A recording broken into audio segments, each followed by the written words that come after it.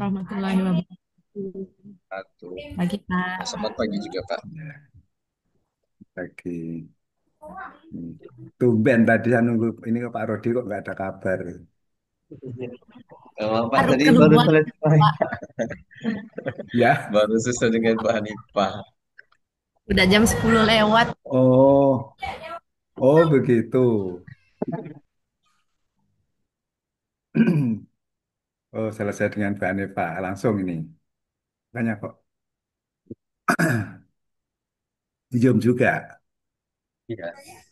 Iya, Pak. Belum juga.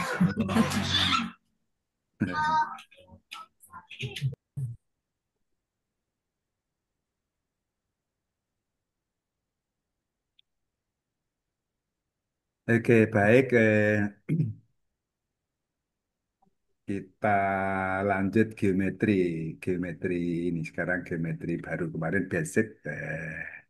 Sekarang sistem geometri. Nah, saya share dulu. Sudah hadir semua ya? Satu, dua, tiga, empat, lima.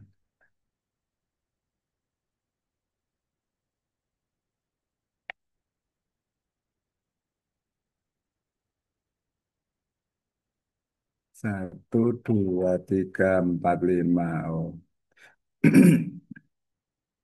Sama Lina per yang belum ya. P. Lina Purnama. Ya. Ya.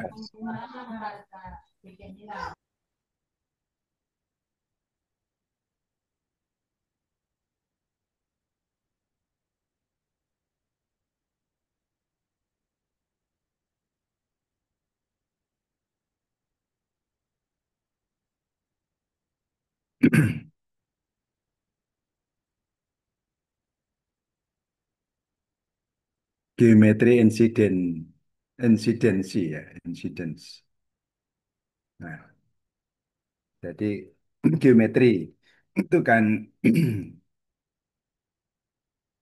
asal asal ininya pembentukannya itu kan dimulai dari unsur tak terdefinisi, kemudian unsur terdefinisi, kemudian postulat, postulat kemudian aksioma. Itu menjadi satu sistem. Ya. Nah, akan kita mulai dari awal. Apa sih unsur tak terdefinisi yang memang tidak didefinisikan? Artinya itu sudah tidak bisa didefinisikan. Jadi unsur yang paling itu adalah terkenal adalah titik, garis, dan bidang. Ya titik aja. Paling titik itu punya nama, punya alamat,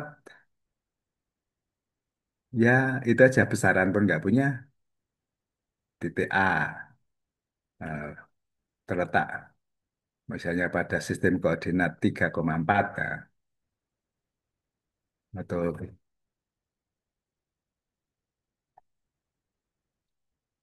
titik A terletak di dalam lingkaran, pada lingkaran, di luar lingkaran, misalnya seperti itu. Garis, garis demikian juga. Jadi garis tidak didefinisikan. Ya, garis itu kan berasal dari ini sebenarnya kurva ya, apa? Dari kurva, kurva lurus itu garis lurus. Tapi kalau kurva terbatas, kalau garis itu tanpa batas ya. Eh, Panjang sekali gitu ya. Tapi punya artinya punya besaran, besaran besarannya panjang. Kemudian bidang, bidang jadi ada satu garis, ada satu titik di luar garis, saya menentukan satu bidang. Nah, bidang itu yang kita ini adalah bidang datar, bidang yang luas sekali tanpa batas. Kalau garis tadi panjang sekali tanpa batas. Kalau titik tidak punya besaran. Sehingga ada yang mengatakan titik itu dimensi satu, garis bidang itu dimensi dua, kemudian ruang itu dimensi tiga. Kemudian dari unsur tak terdefinisi meningkat ke unsur terdefinisi. Terdefinisi. Terdefinisi itu artinya ya satu pernyataan yang dengan jelas. Di sini contohnya segi empat adalah bangun bersisi empat. Nah, berlaku diimplikasi di balik segi empat adalah bangun bersisi empat atau bangun bersisi empat adalah segi empat. Jadi berlaku bolak-balik. Segitiga adalah bangun bersisi tiga. Nah, kemudian setelah unsur terdefinisi ini ada postulat atau aksioma atau lema itu biasanya sejajar. Itu pernyataan atau hukum dasar yang secara umum kebenarannya eh, diterima, tidak boleh protes, artinya tanpa dibuktikan diterima apa adanya itu postulat aksioma. Nah, kemudian dari sini eh, mungkin saya besarin aja postulat, kemudian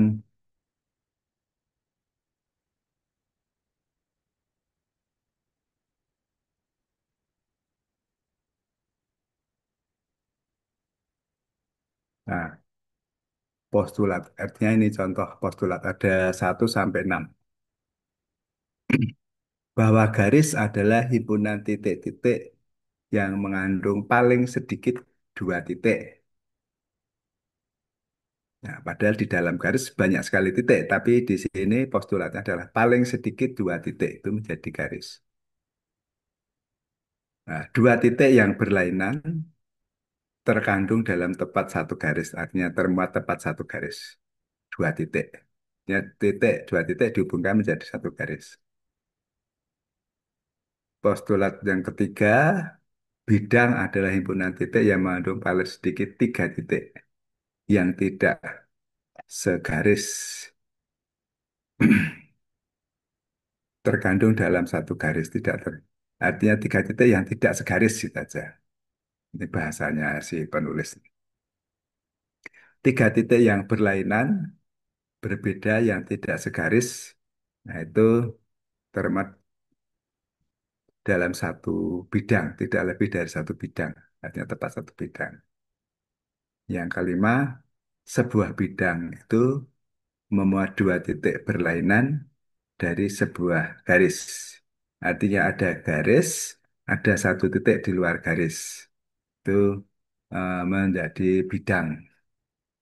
Jadi apabila ada 2 bidang bersekutu, bersekutu itu ya berpotongan sebuah titik, maka kedua bidang itu akan bersekutu di titik kedua yang titik lain. Artinya kalau perpotongan 2 bidang itu akan menjadi garis. Nah, itu postulat. Nah, di dalam postulat ini berlaku jika titik garis bidang itu memenuhi 1 dan 6, maka disebut geometri itu insidensi. Jadi dikelompokkan sekarang ada geometri insidensi. Itu masih di kelompok yang kita pelajari biasanya adalah geometri Euclid. Nah, insidensi masuk bagian dari Euclid. Ya, itu didefinisikan seperti itu. Nah, selanjutnya muncul teorema. Nah, teorema itu dari aksioma dan definisi, kemudian dibuktikan kebenarannya secara logika, secara penalaran mendapatkan satu teorema. Jadi urutannya itu ada istilah tak terdefinisi, kemudian ada postulat, definisi, aksioma, kemudian teorema, nah, kemudian teorema baru, yang dibangun dari definisi, postulat, aksioma, dan teorema sebelumnya. Nah, teorema ini. Sehingga sebenarnya pembuktian geometri itu dilakukan dari teorema-teorema harus dibuktikan. Ya, ya ini sekedar untuk beberapa contoh pembuktian, karena kalau pembuktiannya diikuti nanti biasanya bosan. Teorema satu, dua garis berbeda berpotongan pada satu titik, itu paling banyak pada satu titik. Ya, intinya sebenarnya kan dua garis berbeda berpotongan eh, paling banyak di satu titik. Maka harus dibuktikan karena hanya berpotongan pada satu titik. Nah, andai kan ada dua garis, katakanlah A dan B, berpotongan itu lebih dari satu titik. Apa yang terjadi? Mesti ada dua titik P dan Q, P anggota A dan P anggota B, dan Q anggota A dan Q anggota B. Jadi garis A akan sama dengan B. Itu kalau lebih dari satu titik. Sedangkan diketahui bahwa dua garis itu berbeda, yaitu A tidak sama dengan B. Nah, jadi A dan B itu berpotongan pada satu titik atau tidak berpotongan. Jadi diandaikan ini pembuktian tidak langsung ya, andaikan tidak kan itu ya, Anda lebih dari satu titik, nah, akan terjadi titik ada dua garis A, B dan G, sehingga itu yang terjadi.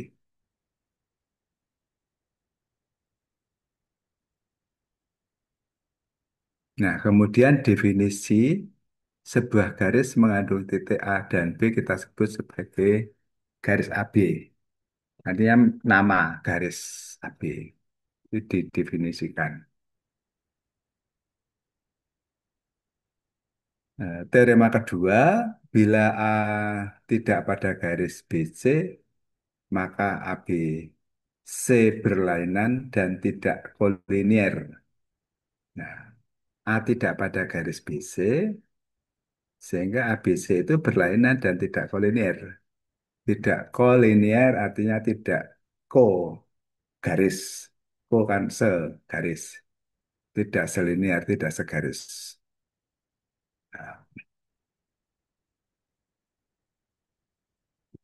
Nah, sekarang teorema berikutnya. Kalau ada sebuah garis dan sebuah titik tidak terletak pada garis itu, nah, teorema tepat satu bidang.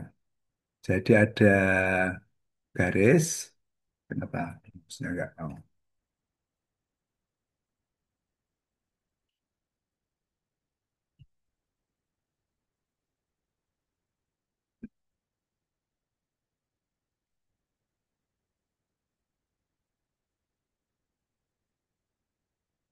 Oh, Bang. Jadi ada garis, kok mouse-nya hilang ya. Ada garis ini yang biru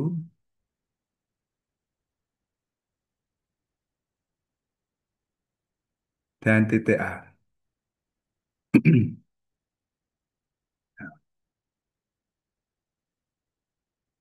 Andaikan A di luar G, artinya bukan anggota G. Ada dua titik B tidak sama dengan C pada G. G itu garis ini tadi. Yang terjadi adalah G itu sama dengan BC, artinya garis G sama dengan garis BC. Nama garis G sama dengan nama garis BC. Nah, jadi A itu bukan anggota G, bukan anggota BC. Nah, karena bukan anggota berarti ada titik A, B, dan C berbeda, tidak segaris. Karena A, B, dan C tidak segaris, terdapat dalam satu bidang V. Nah, karena B anggota bidang V dan C anggota bidang V, maka garis BC itu sama dengan G, itu sama dengan termuat di dalam V, artinya termuat himpunan termuat himpunan bagian ya dari V. Akibatnya GA, garis GA itu termuat di dalam bidang V. Nah, di dalam bidang V. Jadi ada GA, menyebut bidang V itu boleh dengan satu garis dan satu titik GA V. Nah, karena termuat, karena membuktikan sama dengan itu harus saling memuat. Nah, andai kan ada bidang lain V aksen yang memuat G dan E, G dan A. Nah, jadi V aksen memuat B dan C berarti V aksen memuat A, B dan C, maka V aksen memuat G A. Nah, baru dipenuhi dari satu dan dua, V aksen sama dengan V, tidak lain V itu ya bidang yang dibuktikan.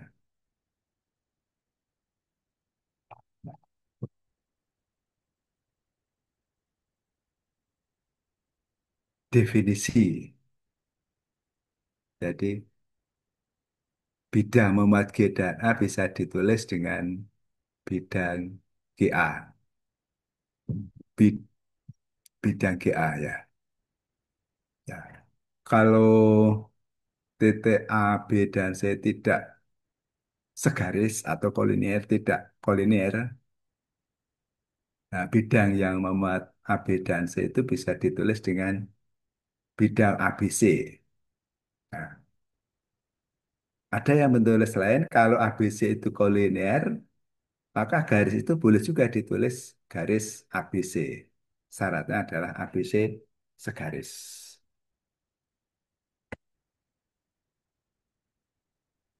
Nah, definisi lagi garis L sejajar M ditulis dengan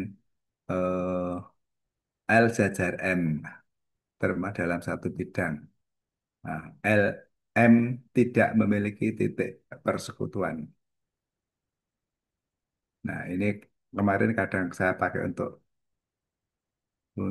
quiz. Gitu. Dua garis sejajar mempunyai besar sudut nol, nah, misalnya. Ada yang menulis benar, padahal memang tidak punya sudut karena tidak berpotongan. Nah, teorema keempat, jika dua garis berbeda berpotongan, maka kedua garis itu termuat tepat dalam satu bidang. Nah, kalau digambar sudah jelas, persoalannya adalah hanya dengan gambar itu tidak bisa dikatakan sebagai bukti ya secara matematis. Gambar hanya sifatnya membantu untuk pembuktian. Jadi jika dua garis berbeda berpotongan, maka kedua garis termuat dalam satu bidang. Andaikan itu dua garis berbeda itu L dan M tidak sama, maka berpotongan di A titik potongnya. Otomatis A anggota L dan A anggota M. Ada B anggota M dan B tidak sama dengan A, B tidak bukan anggota dari L. Maka ada bidang V memuat L dan B. Nah, karena bidang V memuat L, maka V memuat A, sehingga memuat M. Jadi, V memuat L dan M. Itu teorema 4.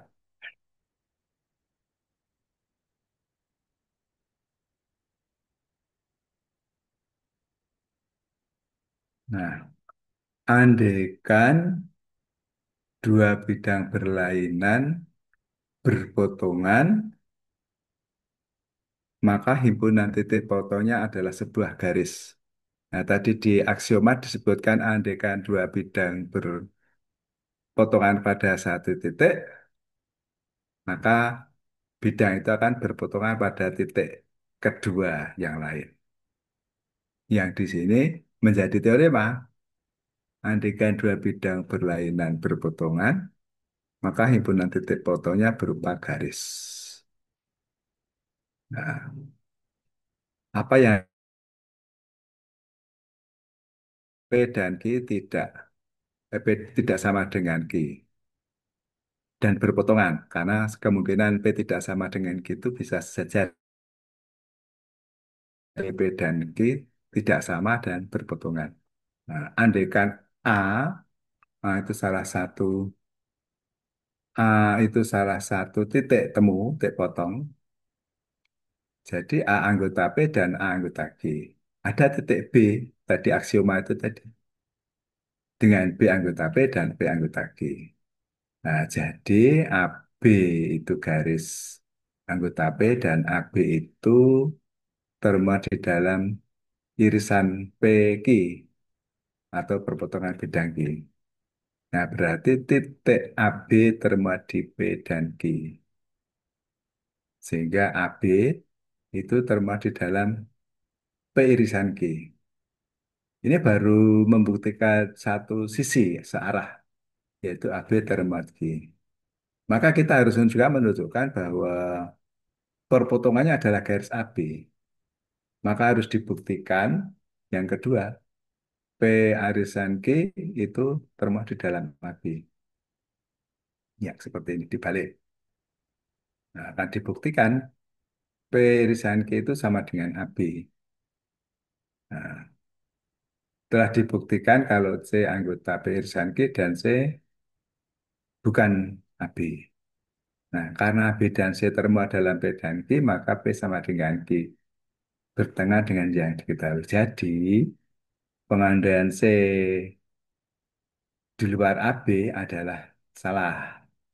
Sehingga C pasti anggota AB. Berarti bahwa P irisan Q itu termuat dalam AB. Nah, dipenuhi satu dan persamaan dua, maka P irisan Q adalah tidak lain adalah garis AB. Saya kira mudah diikuti eh, logikanya. Tapi kalau disuruh menulis ulang, pusing. Ya, tapi perlu disampaikan ya. Nah, dua bidang V dan W apabila ini ketutup ya.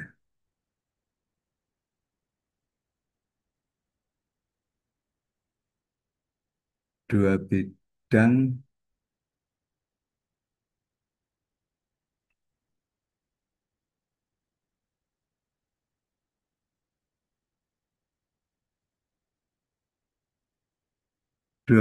V dan W sejajar. Nah, apabila V dan W itu maksudnya tidak punya garis persekutuan ya, karena sejajar. Nah, yang keenam ini masalah kesejajaran. Jika bidang P sejajar Q dan R memotong bidang P dan bidang Q, maka himpunannya P irisan R, Q irisan R adalah garis-garis sejajar.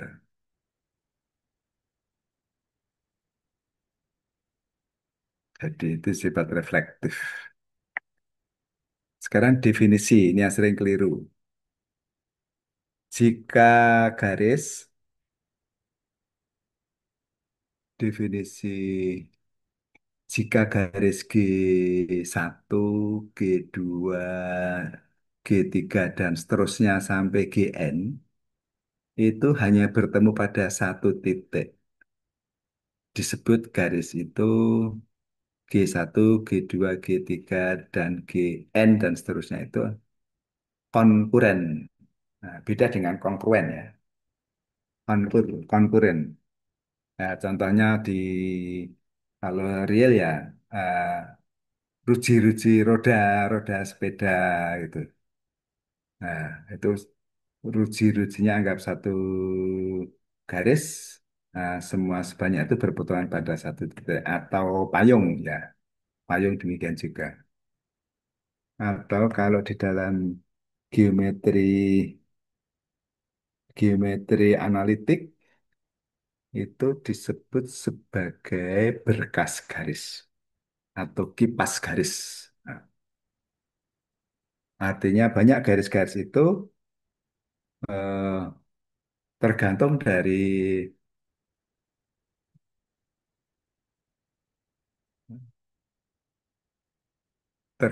dari ya, ini arah garisnya, tapi semua tetap berputar pada satu titik. Jadi definisi pertama. Yang kedua, jika bangun B1, B2, BN terletak pada satu bidang, maka disebut bangun-bangun itu sebidang atau koplanar. Ya, sebidang. Eh,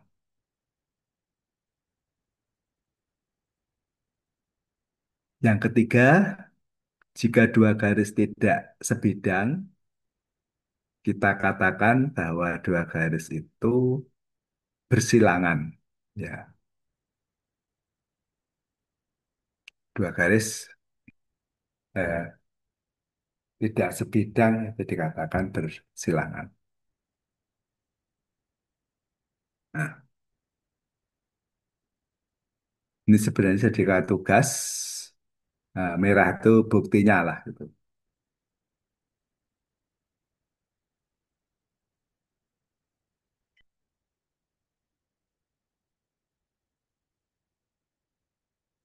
Jika tiap dua garis dari sekelompok tiga garis koplanar akan tetapi tidak bertiga koplanar, maka ketiga garis itu konkuren atau tiap dua garis diantaranya sejajar. Nah, deskripsikan atau gambarkan, buktikan. Ini buktinya sudah. Eh, supaya lebih mendalami, sekarang coba deskripsikan atau gambarkan. Nah, dicoret-coret dulu. Silahkan.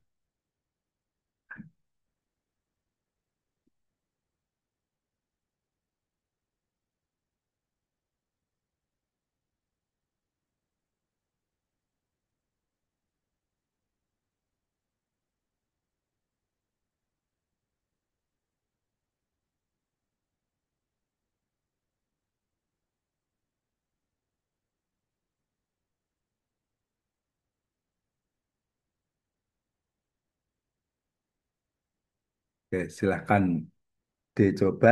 Saya pergi sebentar.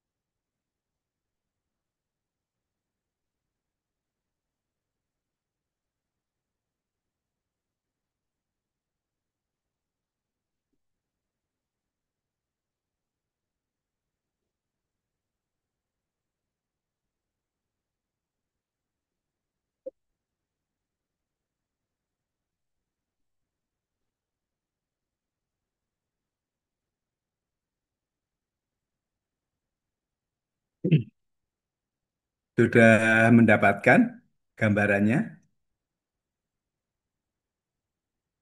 Oke, mungkin kita baca dulu buktinya. Jadi misalkan ada garis, kan tiga garis itu, jika tiap dua garis dari kelompok tiga garis itu sebidang koplanar, tapi tidak ketiga-adanya koplanar, maka garis itu adalah konkuren, bertemu pada satu titik, atau tiap dua garis diantaranya sejajar. Oke, ambil garis L, M, dan N. Faktanya ada tiga garis. Andaikan LM itu di bidang P, kemudian MN itu di bidang Q, dan LN di bidang R, nah, dibuktikan bahwa bidang PQR itu berlainan. Itu kata kuncinya. Andaikan P sama dengan Q, yang terjadi bahwa LM sebidang. Nah, tidak mungkin. Jadi, karena tidak mungkin P tidak sama dengan Q, dan Q tidak sama dengan R, dan P tidak sama dengan R. Oleh karena itu, P irisan Q sama dengan M, Q irisan R sama dengan N, dan R irisan P sama dengan R. Nah, kemudian andaikan L irisan M sama dengan bidang A, dan A anggota L, maka anggota R, dan anggota P, karena A anggota M, maka A anggota P dan A anggota Q. Jadi, A anggota Q dan anggota R. Berarti bahwa A anggota N, sehingga dua garis di antara L dan M ini berpotongan. Maka tiap garis itu konkuren. Apabila tiap dua garis di antara L dan tidak berpotongan, maka berhubungan tiap dua garis itu sebidang. Tiap dua garis disebut sejajar.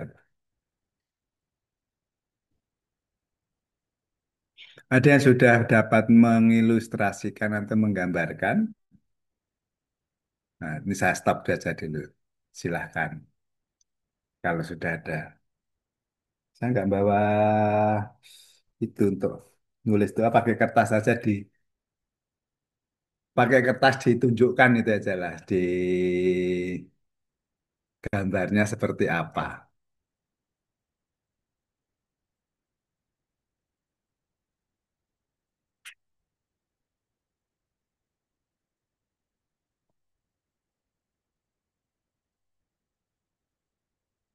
Nah,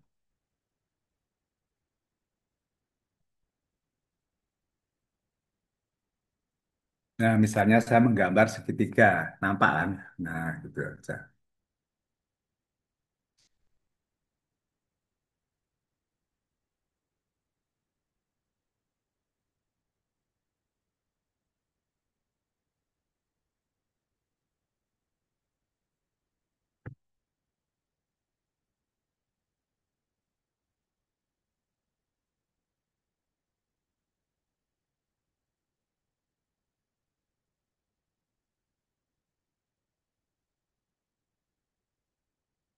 Sudah ada volunteer mau menyampaikan gambarnya seperti apa dari gambarnya.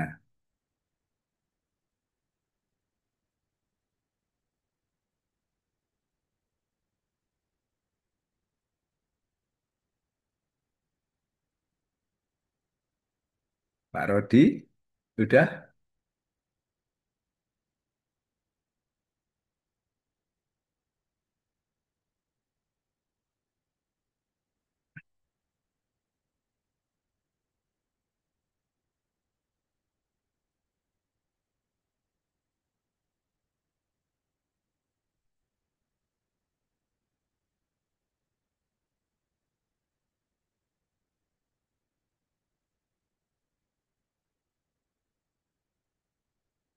Jadi teoremanya tadi itu Jika tiap dua garis dari sekelompok tiga garis sebidang, tapi ya, tidak bertiga sebidang,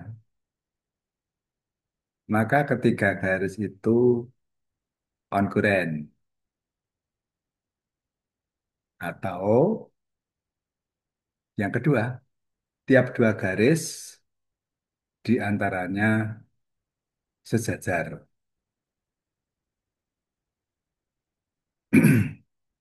Buktinya sudah.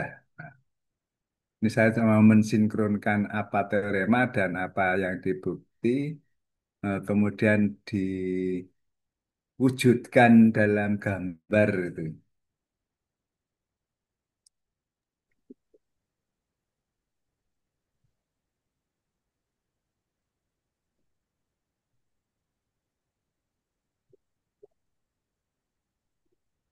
Iya itu Pak, ilustrasi gambarnya itu kalau saya itu ya masing-masing yang P, Q, dan R itu Pak. Jadi P-nya memuat garis LM, Q-nya garis NN, dan R-nya garis LN gitu.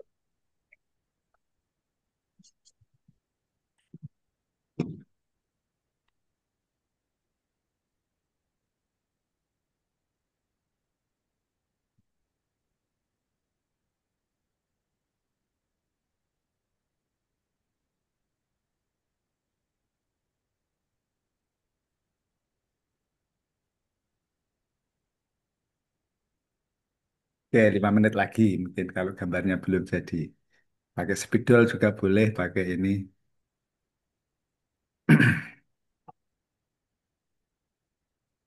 Intinya cuma menggambar tiga garis kan itu. Oh, yang diketahui cuma tiga garis. L, M, dan N.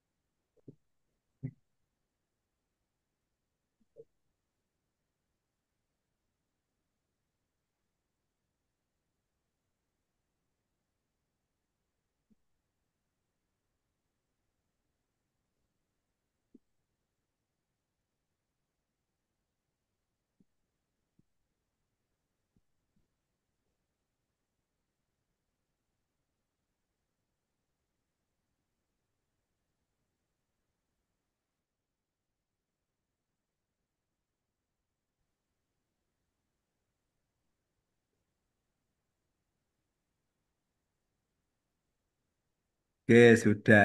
Nah,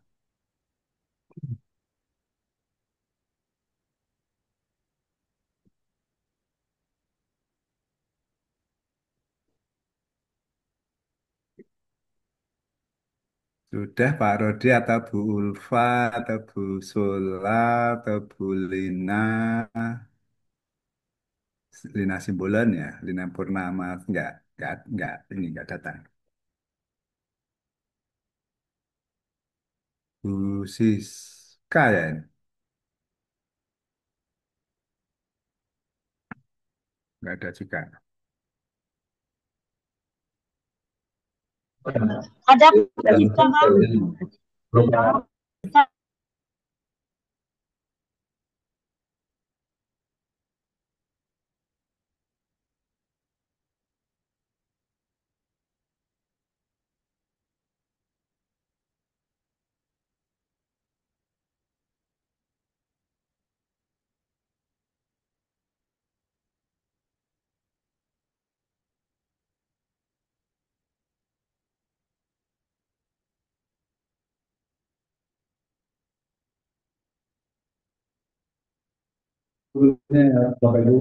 Mohon maaf Pak, Siska keluar tadi Pak,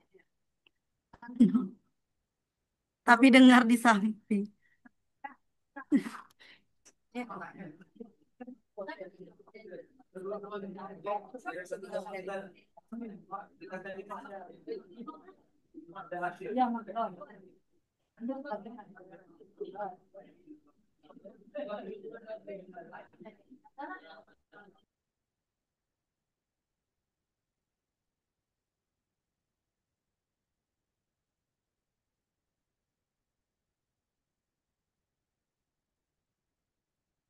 Oh, Bu Siska, mana Bu Siska sudah dapat. Cek. Oke, baik Bapak Ibu ya. Belum Pak. Gambarnya. Mudah-mudahan Bapak Ibu dua itu gitu, nah, mudah-mudahan bermanfaat untuk Bapak Ibu dan tentunya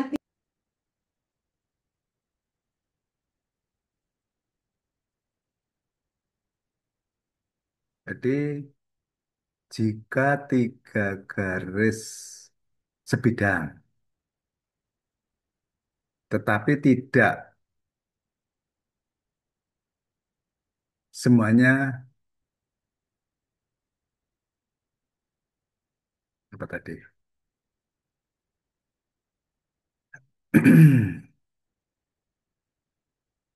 Jika tiap dua garis, tiap dua garis itu sekelompok dari tiga garis koplanar, tetapi tidak bertiga itu koplanar. Nah, gitu. Kan sebenarnya kan memahami bahasa puisi teorema itu kan bahasanya bahasa puitis.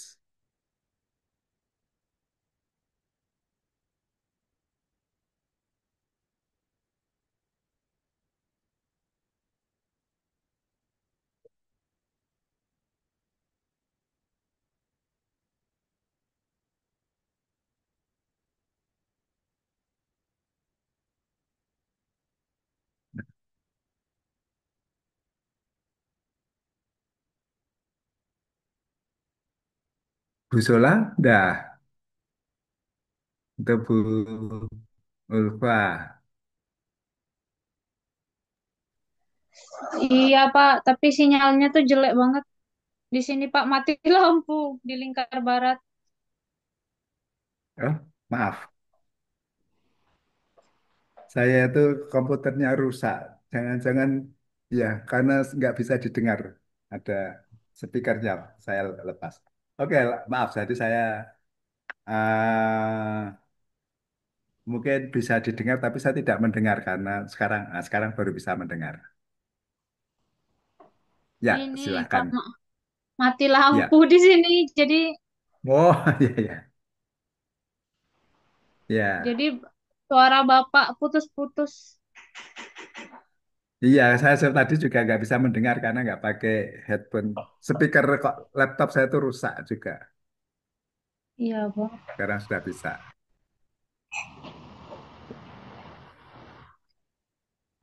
Jadi ini Udah. maksudnya apa Pak? Tiga garis ini tidak tiga garis ini kongruen. Itu seperti teorema kan. tadi pernyataannya seperti itu. Ini kan apa? Nah, pernyataannya itu bahwa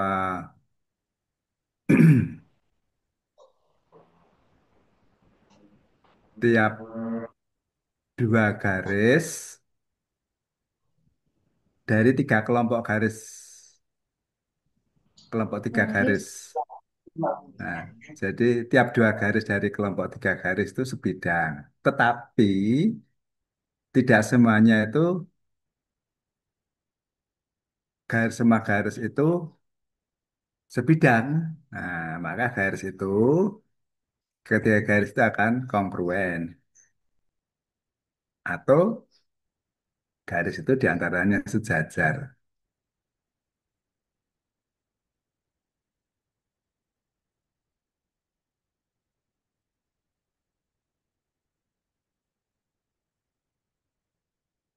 Ya udah, kalau tidak saya tunjukin aja. Garis, saya tuh ada pena. Tiap dua garis sebidang, tetapi tidak ketika garis itu koplanar. Nah, ini ada garis. Saya tunjukkan ada dua pensil. Ini kan sebidang kalau saya letakkan di meja.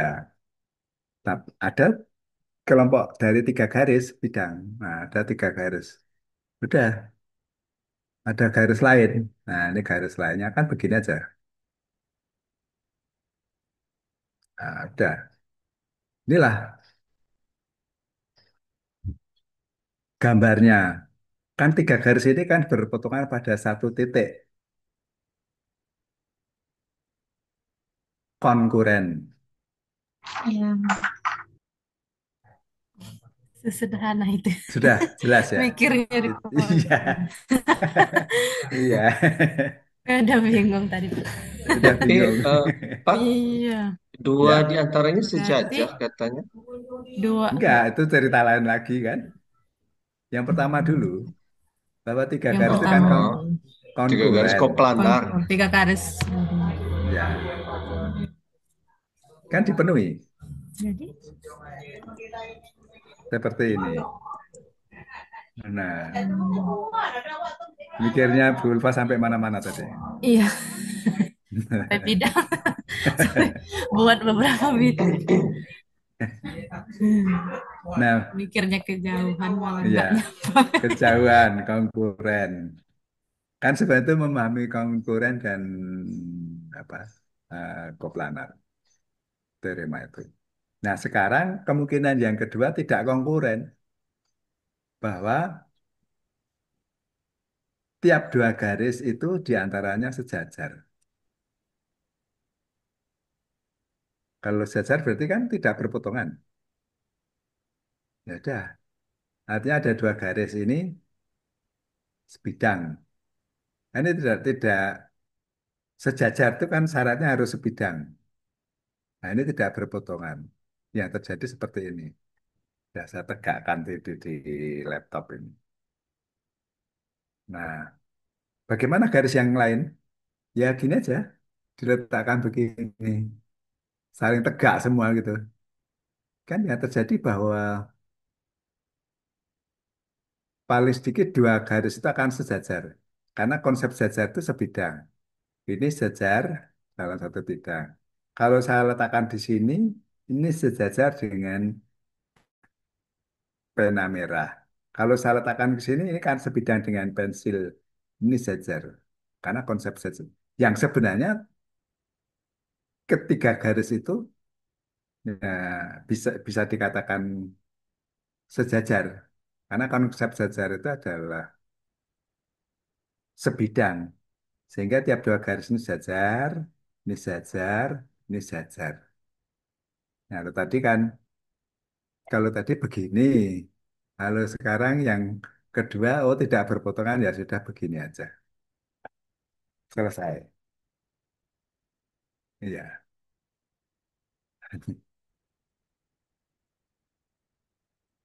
Nggak ada pertanyaan ya, ya itu aja jawaban ini. kita kembali tadi. Oh,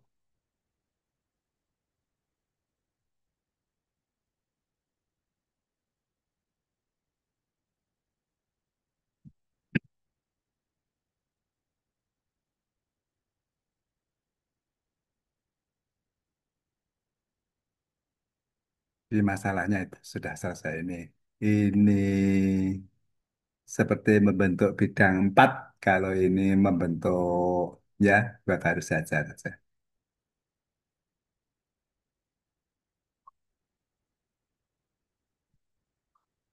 Nah, ini lebih dirinci aja.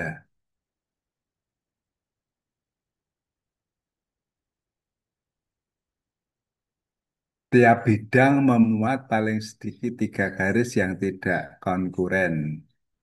Nah, buktikan. Tiap bidang memuat paling sedikit 3 garis yang tidak konkuren.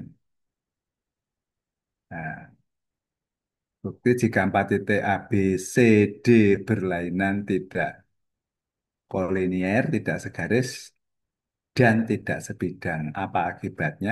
Diketahui sebuah bidang ada sebuah titik yang tidak terletak pada bidang itu.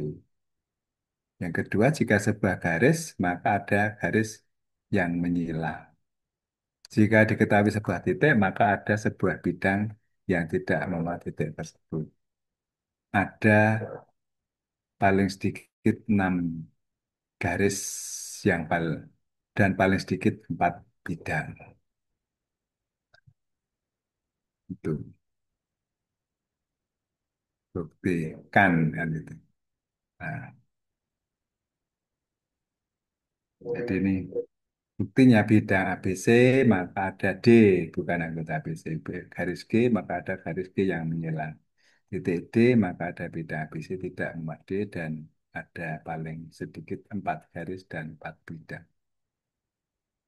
Ya memang bahasa teoremanya bahasanya eh, apa tinggi kan itu ya.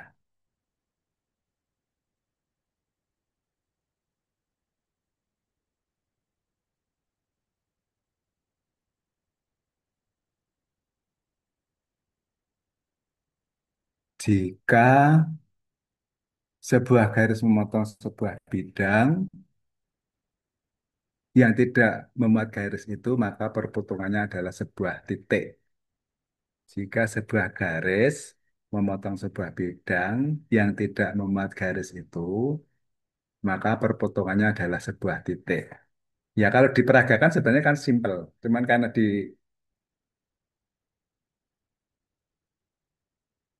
dibuat dalam satu pernyataan teorema, ya harus buktikan. Nah, misalkan garis L memotong B, tapi tidak pada L. Diketahui irisannya paling sedikit nomor satu titik dan ditunjukkan oleh garis L. Ya, itu kan sebenarnya kan jika sebuah garis memotong sebuah bidang yang tidak memuat garis itu, maka perpotongannya adalah sebuah titik. Ya, ini bidang, ini dipotongkan gitu aja. Selesai. Artinya ditusukkan gitu adalah. Nah, kan terjadi seperti ini. Selesai.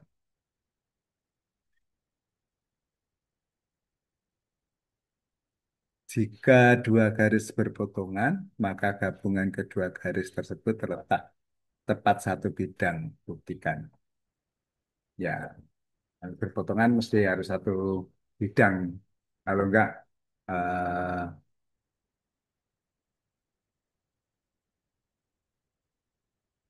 tidak bisa.